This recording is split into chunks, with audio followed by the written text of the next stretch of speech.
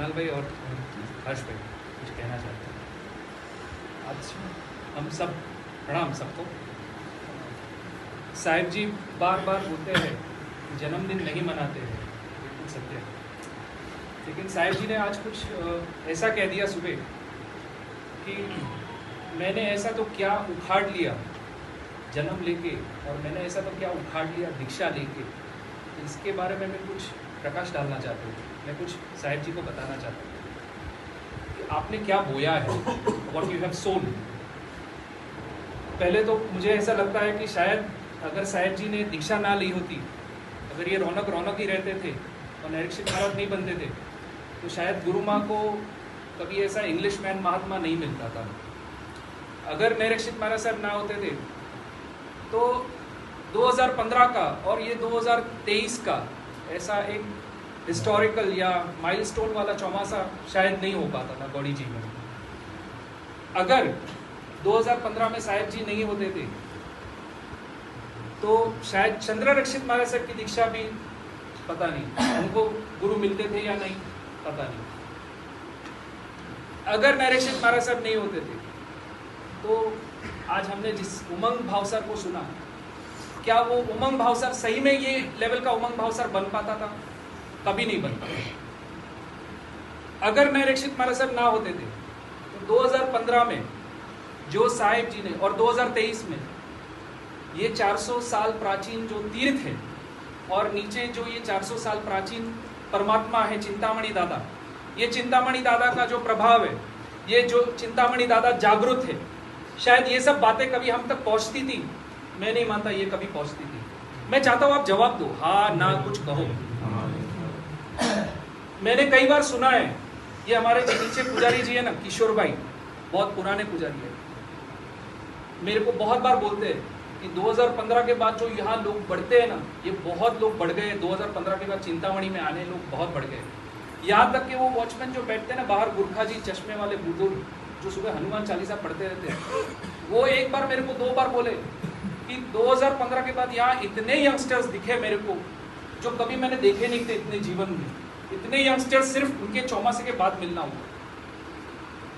शायद निरीक्षित महाराज साहब नहीं होते थे तो हम जो महीने में एक बार यह अनुकंपा का प्रोग्राम इतना ब्यूटीफुली करते, और ये अनुकंपा की वजह से कितने अजैन लोगों में बोधि बीज प्राप्ति होती है, ये शायद नहीं हो पाता था।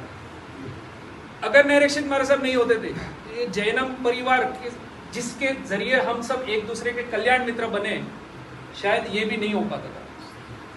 अगर निरीक्षित महाराज साहब नहीं होते थे तो ये जो युवा वर्ग में आराधना बढ़ी है, कितने ऐसे युवान हैं जिन्होंने कंदमूल त्याग, जिन्होंने रात्रि भोजन त्याग, जिन्होंने अपने जीवन में जो आराधनाएं बढ़ाई है। आराधना बढ़ाने की बात आती है तो मैं 2-3 लोगों को खास बताना चाहता हूँ। ये हमारे जीत भाई जैन, स्थानकवासी, जिन्होंने कभी जीवन में पूजा ही नहीं की, इनके तो जीवन में पूजा होती ही नहीं है कभी, स्थानकवासी है। आज ऐसी परिस्थिति है, प्रवचन के बाद उन्होंने शायद प्रक्षालन करने के पहले कभी दुकान में पैर नहीं रखा है। हितेश भाई परमार, हितेश भाई परमार, ये शायद आज तक कभी परमात्मा को स्पर्श नहीं किया है इन्होंने। ये हमारे मित्र हितेश भाई मेहता, जो 7-8 साल के थे तब बस पूजा की थी किसी के घर मंदिर में, 30 साल तक पूजा मंगल थी। बिकॉज ऑफ साहिब जी के प्रवचन, ये प्रवचन की वजह से, रात्रि प्रवचन की वजह से उन्होंने पर्यूषण में फिर से वो पूजा आराधना चालू की, और आज कभी वो मेरे ख्याल से पूजा छोड़ी नहीं है।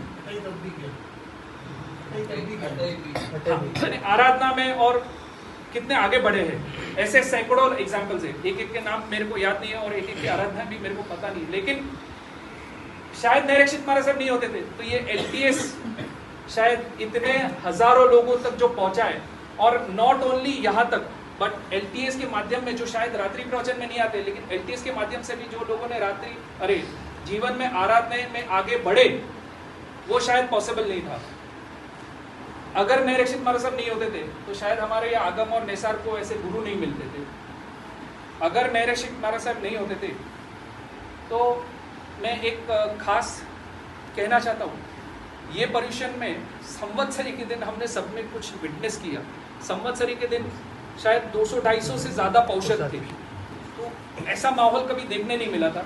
और उसमें 80% से ज्यादा लोग यूथ थे, जो कभी ऐसा विटनेस नहीं किया गया। ऐसे डायरेक्टली इनडायरेक्टली बहुत बहुत बहुत सारे उपकार है साहिब जी के हमारे ऊपर, और ये सब उपकार ऐसे है कि ये एक फिजिकल चेंज नहीं है, लेकिन ये सब केमिकल चेंजेस है। जो केमिकल चेंजेस ऐसे दे आर इरिवर्सिबल। आज साहिब जी के प्रवचन की वजह से जो हमें परमात्मा भक्ति मिली, जो गुरु भक्ति का अवसर मिला, वो हम बार बार मानते हैं। और शायद हम ये समझते हैं, मैं तो ये मानता हूँ कि मेरे जीवन में ये जो केमिकल चेंजेस आए हैं, ये only and only because of Sahib ji है। And that is the reason I feel कि ये दिन का सेलिब्रेशन मैं बहुत सही मानता हूँ। शायद साहिब जी को इसको ये गिफ्ट तरीके एक्सेप्ट करना चाहिए। Thank you.